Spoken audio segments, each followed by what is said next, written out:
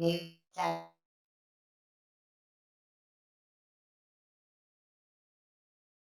everyone, this is Andy Tech with Check New Tech, and today we are looking at the Roku Express 4K Plus.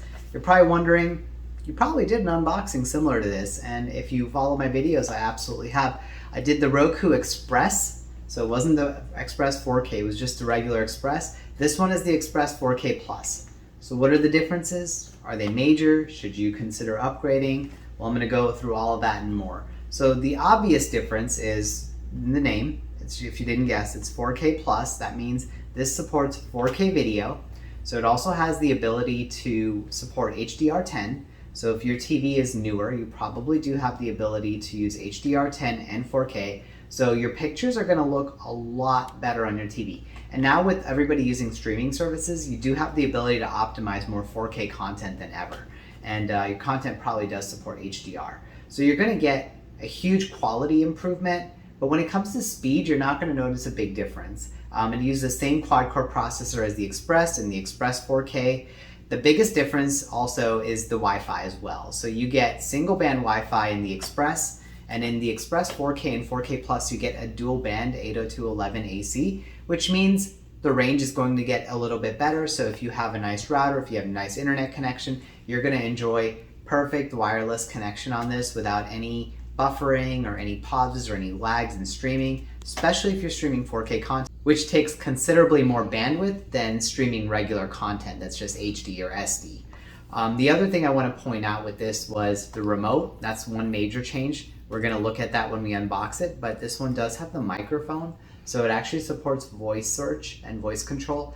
With the Express, you had the ability to do that, but you had to download the app. The other thing that's very similar is you have the app ability. So basically what you could do is you could connect it to the app and you could still use private listening mode. This remote does not support that. You would have to go with the Ultra LT or something else like that to get the voice, to get the headphones in the remote. So enough about me talking about this. Let's go ahead and open it up and see what it's all about. The look and feel just from looking at the box is probably going to be very similar to the Express. I don't see any major differences, but we're going to go ahead and confirm that.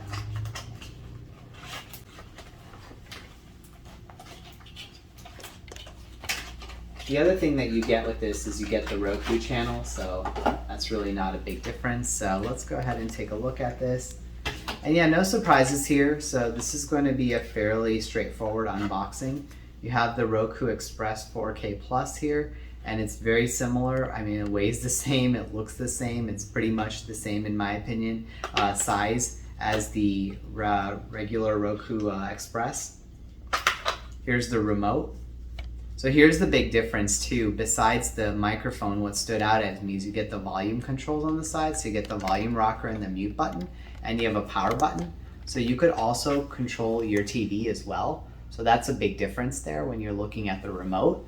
And you get, like I said, the volume buttons and the mute button there. I actually like using this because when you're using your Roku, you don't want to switch remotes. Even if you have voice control or other things like that, it's just so convenient to have the volume buttons here. And then there are 4 regularly used streaming services which you could quickly access right here. So you've got Netflix, Disney Plus, Apple TV, and Hulu, all of which I do have subscriptions to, and I'm not sponsored by any of them, I just happen to have them. So this would be really convenient for me because I could use all of them very easily. And it's also nice to be able to power on and off your TV with the remote. Trust me, in the regular Express, you don't have that, and switching remotes is really annoying. Here is the power adapter here. So you've got the adapter here, very standard, straightforward USB plug on that side. Take a look at the cable. Don't see the cable, guys. Oh, there it is. It's hiding in here.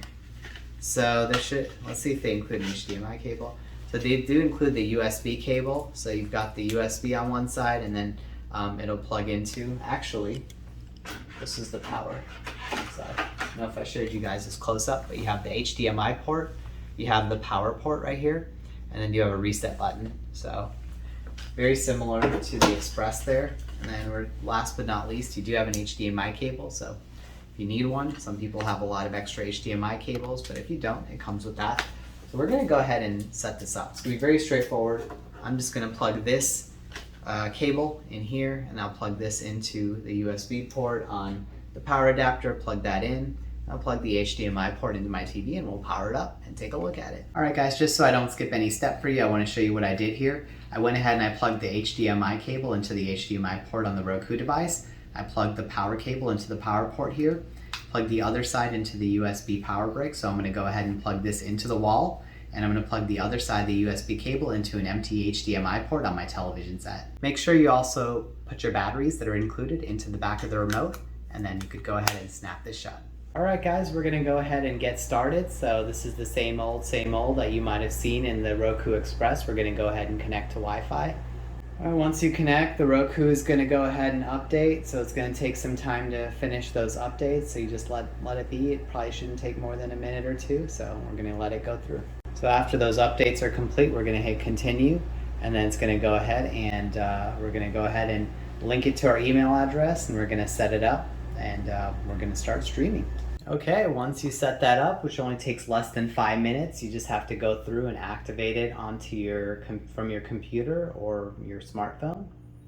Roku will update, and it shows you a little tour, so you could exit this video if you've seen it before, but basically what it does shows you how to use it. So you're going to hit the home button, and there you go. I just went ahead and expedited this. But yeah, overall this was fairly quick, and now we could go ahead and open a channel or we could watch something. So I'm just going to go to the Roku channel so I don't have to sign into a new service for you, and I just want to show you what it looks like. And Roku is pretty neat because now I should be able to, I could control the volume on my TV with this. I didn't even have to set that up. Now we're going to go ahead and load that. One thing about Roku that's neat is channels, once they're installed, they load really quickly, they play really nicely. So you have a TV guide here, so we could go ahead and search for something. So if we want to see, okay, so there's USA Today, so you can see it's pretty crystal clear. Everything looks really nice on here. All right guys, we're gonna play a 4K video. That's why we bought the Roku Express 4K Plus, so we're gonna see how it looks like. Let's go to Hawaii, let that load, plus to its fullest. So we're gonna see some of these landscapes. Looks beautiful on a 4K TV. Everything looks really nice and vibrant. Just beautiful, beautiful video. And this is the main reason. I wish I could show you what the Express looks like, but I don't have the Express anymore. But definitely worth getting the 4K, Roku 4K, Express 4K Plus. All right, everyone, I'm gonna give you my final thoughts on the Roku Express 4K Plus after using it for a little while.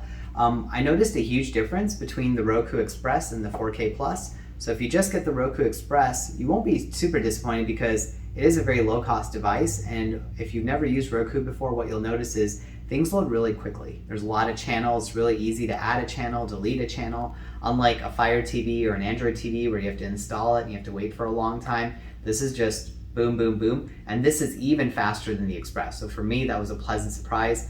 I love being able to control the TV power and the volume and everything with one remote. So that was a huge bonus for me. And I use voice search a lot more. I think because all my remotes now have voice search capability, I just love having that along with the quick access to the streaming services I use the most. So huge bonuses to get the 4K Plus. The other thing is when you compare the price, at least as of now, mid-2022, the Roku Express 4K Plus is $39.99 average, and the Express is $29.99. So for the $10, unless you really just want to use basic channels and you don't want to use voice at all, it is totally worth the $10. So overall, when I factor in the price and the features that the Roku Express 4K Plus offers, I'm going to give it an 8.8 out of 10. I think it's definitely worthwhile switching to a Roku device if you don't have one already. And if you have an older one, definitely consider upgrading. You won't be disappointed with this.